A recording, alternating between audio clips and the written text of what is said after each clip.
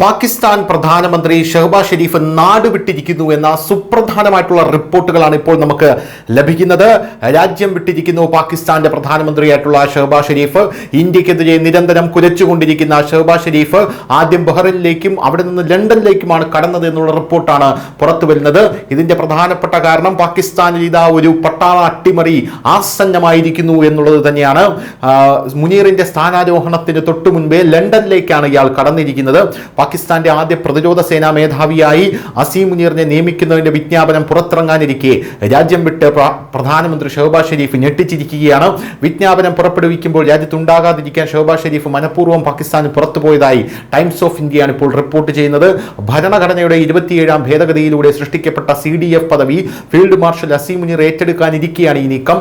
പദവി കൈവരുന്നതോടെ പാകിസ്ഥാന്റെ ചരിത്രത്തിലെ ഏറ്റവും ശക്തനായ സൈനിക മേധാവിയായി അസീം മുനീർ മാറുമെന്നുള്ളതാണ് പ്രധാനപ്പെട്ട കാര്യം.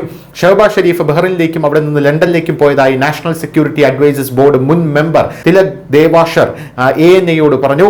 അസീം മുനീറിന് 5 വർഷത്തേക്ക് CDF പദവി നൽകുന്നതാണ് വിജ്ഞാപനം. രാജ്യത്തു നിന്ന് മാറി നിൽക്കുന്നതോടെ ഉത്തരവ് ഒപ്പിട്ടുവെന്ന ഉത്തരവാദിത്തത്തിൽ നിന്ന് രക്ഷപ്പെടാൻ ഷഹബാസ് ഷെരീഫിന് കഴിയുമെന്നാണ് കണക്കുകൂട്ടലെന്നും തിലക് ദേവാഷർ പറഞ്ഞു. നവംബർ 29-നായിരുന്നു അസീം മുനീറിന്റെ CDF ആയി നിയമിച്ചുകൊണ്ടുള്ള വിജ്ഞാപനം പുറത്തു വരേണ്ടിയിരുന്നത്. കരസേനാ മേധാവി എന്ന നിലയിൽ അസീമിന്റെ കാലാവധി അവസാനിച്ച ദിവസമായിരുന്നു അന്ന്. എന്നാൽ നവംബർ 29-ന് വിജ്ഞാപനം പുറത്തിറങ്ങിയിരുന്നില്ല എന്നുള്ളതാണ് പ്രധാനപ്പെട്ട കാര്യം. അതേസമയം പാകിസ്ഥാൻ സൈന്യം പ്രതിസന്ധിയിലൂടെയാണ് കടന്നു പോകുന്നതെന്നും തിലക് പറയുന്നു.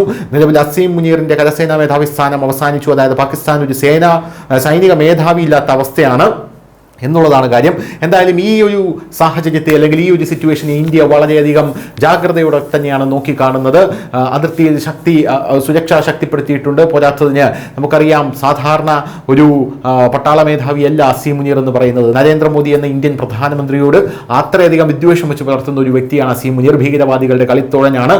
ഭീകരവാദികളെ പഹൽഗാമിലേക്ക് വെടിയുണ്ടകളുമായി ഹിന്ദുക്കളെ കൊന്നൊടുക്കാനായി അയക്കുമ്പോൾ ഓരോ സ്ത്രീകളുടെയും ഭർത്താക്കന്മാരെ കൊന്നൊടുക്കിയ ശേഷം ഇത് നിന്റെ മോദിയോട് പറയൂ എന്ന് ഭീകരവാദികളെ പറഞ്ഞു പഠിപ്പിച്ച ഒരു വ്യക്തിയാണ് അസീം മുനീർ എന്ന് പറയുന്നത്.